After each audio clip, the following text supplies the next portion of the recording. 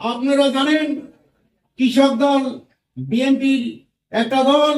এই দল যখন জিয়াউর রহমান গঠন করছে তখন কৃষকদের অনেক কিছু পেয়েছিলেন।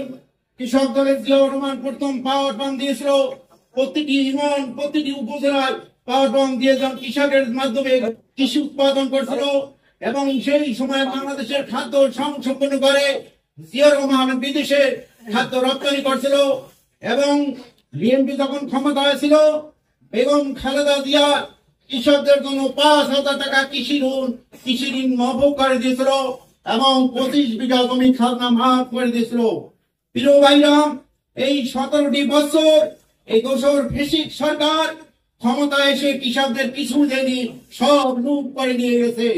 আর আজ আমাদের জিনিসের দেশে প্রতিটি জিনিস নিত্যবাদন জিনিসে দাম আজ নাগালহীন। অর্থাৎ আমার দেশে কৃষক অবহেলিত, আমার দেশে কৃষক নির্যাতিত, আমার দেশে কৃষক নিষ্পেষিত।